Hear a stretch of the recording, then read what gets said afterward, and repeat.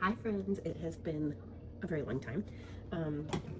And I was inspired to kind of pop back on and talk a little bit by a person that I know on Facebook that was kind of just talking about they felt like their personality was being their child's parent. And they said it in the most like positive and loving way, and they genuinely were so happy about it.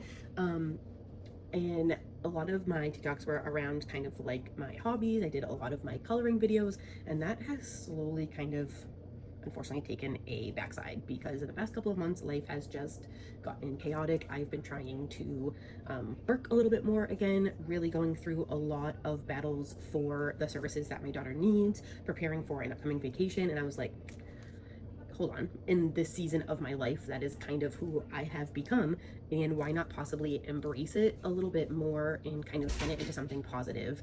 Is there a way that I can use all of these experiences and just have some chatty kind of gabby sessions like I used to potentially positively impact somebody else's life and maybe help share some of the experiences of what I'm going through with other people, maybe make them not feel quite so alone, or possibly even help give them some ideas. So I'm just kind of curious as to how many people possibly out there are watching, content about other families with neurodivergent households, whether it's themselves or their child. I myself have ADHD. My daughter has autism. My partner is undiagnosed, but we know there's something there. So, kind of just what the season of life looks like. She is 3.5. There is the debate of, do we start preschool? Does she start in ABA? Do we possibly even consider homeschooling? What that homeschooling process looks like while we're kind of getting started. Just my day-to-day functionings and battles of everything that I go through, being the kind of manager of life in the house, and all of those fights that we go through for our children's support. We are Disney people, so what does that look like on the neurodivergent side of preparing and traveling to Disney World?